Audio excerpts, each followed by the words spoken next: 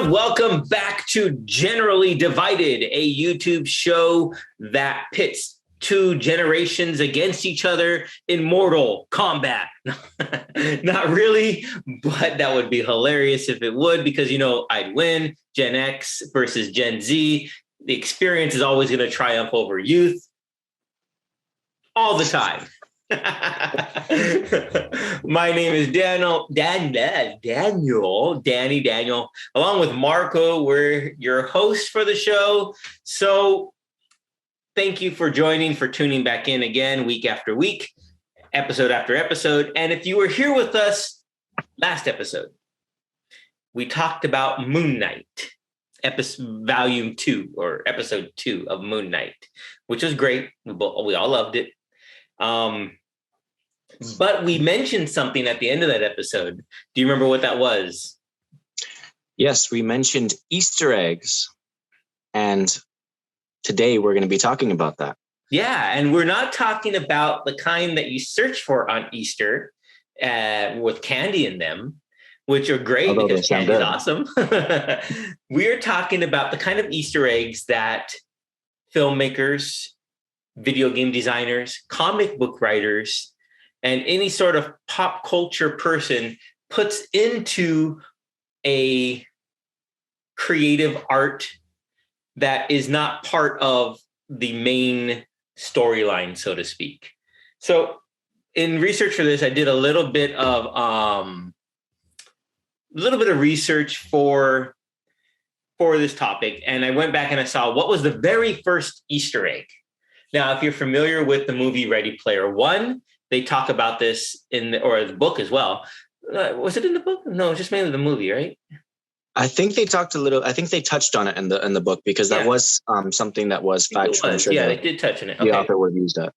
Okay, so in the movie, they really talk about this, and it's the Easter egg that's hidden inside the Atari video game Adventure. Now, this is credited as being the first discovered Easter egg. Not the very first one recorded, as people have gone back and played older games, but it's the first one that was discovered. And the reason the developer, Stephen Wright, the director of the software development for Atari, put it in there was because the programmer, or actually it was, let me strike that. Let me go back. Rewind the tape. It was programmed in there by employee Warren Robinette, and because they didn't include his name in the game credits. So it was, kind of like, it was a way for Atari to prevent their competitors from poaching out the developers. We don't tell you who made this game. You can't hire him to make your game. So he made a little Easter egg, a way for people to go discover this. And if you play around in the game, or if you figure out how to find the Easter egg, you'll see a little pop-up that shows created by the guy's name, Warren Robinette, which is kind of cool. Because, it's a way to sneakily put stuff into games. Now, Marco, what is your first memory of an Easter egg in a video game or pop culture? My first memory of an Easter egg would have to be in video games. Okay. Call of Duty Black Ops was really big on having hidden Easter eggs from their earlier games, games that I didn't get to play. But games that I did get to play, eventually later down the line, Call of Duty 3, Call of Duty 4, all the newer ones do a lot of throwbacks, a lot of hidden Easter eggs. You can find little tropes to their original games, which was my first entry into Easter egg hunting. Other video games such as like Resident Evil, The Evil Within, they all are big players when it comes to finding little hidden Easter eggs in their games, which for me was fun because I like to find everything. I'm a huge completionist. You like to find every little single, get your 100% completion type of thing. Yeah, I gotcha. Okay. Well, see, for me, the first Easter egg that I remember, I guess you can call it an Easter egg because it wasn't really part of the original programming that's meant for everyone. It's the Konami supercode, right?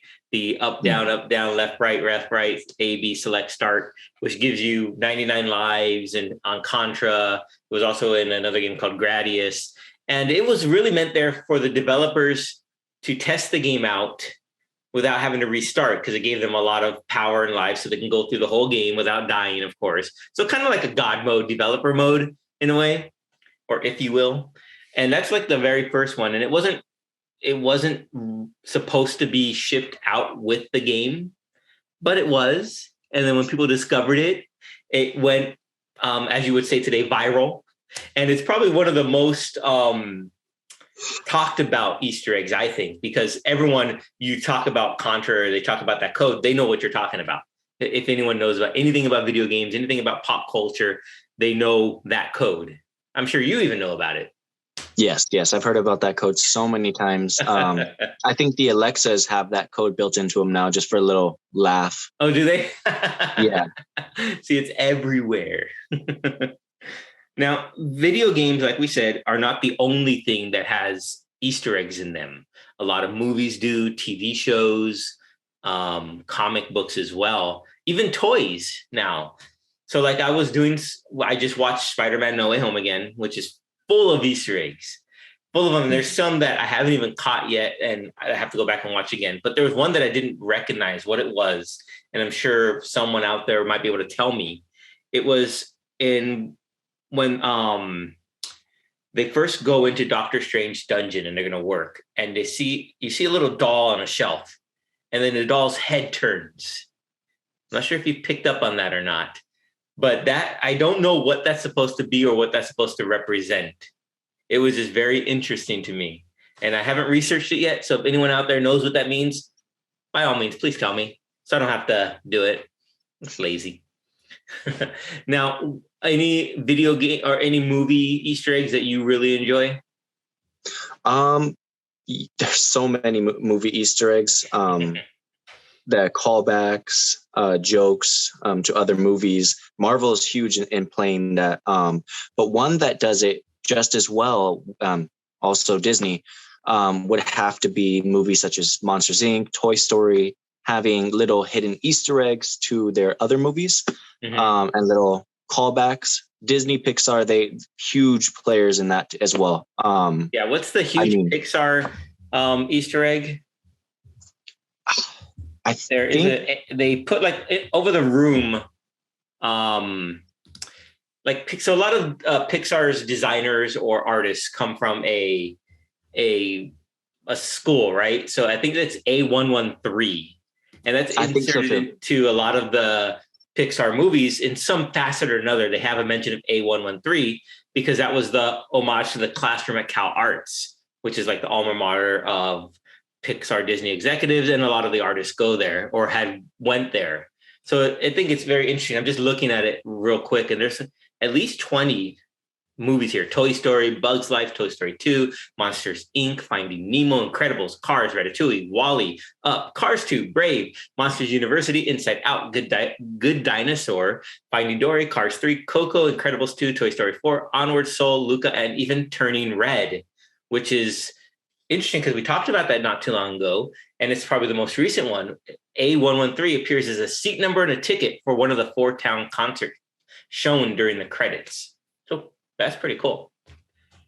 Yeah, there's a running theory for Pixar that Pixar's, because of all their Easter eggs that they've laid out for us, that it made it another like little theory for them that it's all interconnected, it's all one universe. Starting with Toy Story, Bugs Life, they're all in one universe. And that goes to show how powerful an Easter egg is when it influences connecting everything. Yeah. Yep. Connecting universes, connecting two separate movies that are, one's talking about tiny insects and the other's talking about toys or dinosaurs. Yeah. So one of the ones that I found interesting, and it's in a game that hasn't even come out yet. It's just in the trailer for the video game, for the new game Wolverine, which is something that I want to play really bad. I'm a big Wolverine fan, and that game looks just awesome. If just based on the trailer alone. But in the background of when Logan is at the bar in the background, you see a license plate that has HLK 181. Which is a reference to the 1974 Marvel issue of Incredible Hulk 181 and now the Wolverine. So I thought that was really interesting and really cool. Wow. I love little Easter eggs like that. And it's very hard to catch them in games because especially like trailers and cutscenes because they're so quick and the editors can really manipulate a trailer to show either Easter eggs or to hide them. Mm-hmm. And you don't know until the movie or game comes out. And then you're like, oh my gosh, this is completely different. But yeah, no, I'm dying to play Wolverine as well. That would be an amazing game. Yeah, can't wait to see what they do with it. Now, the thing that's really cool for filmmakers nowadays is that, and storytellers and other people, creative people, they can get really creative with their Easter eggs and very interactive with the fans. So this is something I talked about a little bit last episode on Moon Knight, is to look at the QR codes. Now, did you have a chance to do that? Yeah, I did. I went back and looked at it. Actually, there's like a ton of videos talking about just the QR codes and where they go. And I actually had a chance to look at them myself. And just wow. The fact cool, that they were able to put interactive QR codes in a moving picture film. Yeah. That's incredible. It's just one of those things. So if you don't know out there, in Moon Knight episodes 1 and 2, they have QR codes in various places throughout the show. And if you pause it on that scene, use your camera or on your phone, my phone, I just go to camera app and it brings up the link for me. But you might need a QR reader. Point it at the screen and it will read it and it will take you to a Marvel webpage that has a free digital issue of The Werewolf by Night, which is the first appearance of Moon Knight in the comic books. So I thought that was really clever, really cool. And it's just a way for filmmakers to really enhance their product, and really just make it even more attractive and more, get it out there even more. I remember there was a film, or maybe it was a commercial, I think maybe even during the Super Bowl, where they put, instead of, in commercials, they use the normally 555 phone number.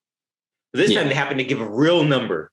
So you think might that be a mistake? Well, maybe it's someone's number and now someone's getting bombarded with calls, but it happened to be a real phone number that if the first person that called the number got a pair of tickets to the Super Bowl.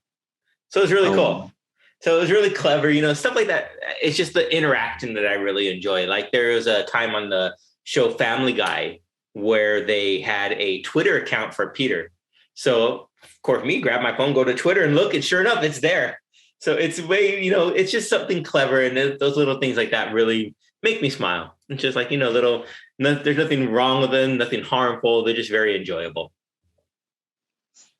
It also goes to show finding Easter eggs. The first people to find each Easter egg before it gets widespread, before everyone says, oh, yeah, I saw that. Or, oh, yeah, I totally got that on my own.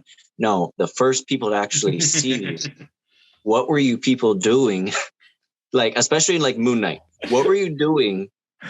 Pausing the film or episode just to take a picture of a QR code hidden in the back. Mm-hmm. Like those are some. Did they happen to pause it, or I could imagine if I'm, it goes to show you have to be, observant when you're watching stuff nowadays, because anything could be like that. Like watching a TV show, there's a QR code there. I wonder where it goes. And for anything, really, any type of commercial or show, it just shows that you have to be observant and, think outside the box and maybe you'll put a virus on your phone. Who knows? But it'll be fun. There was also virus spread through Moon Knight.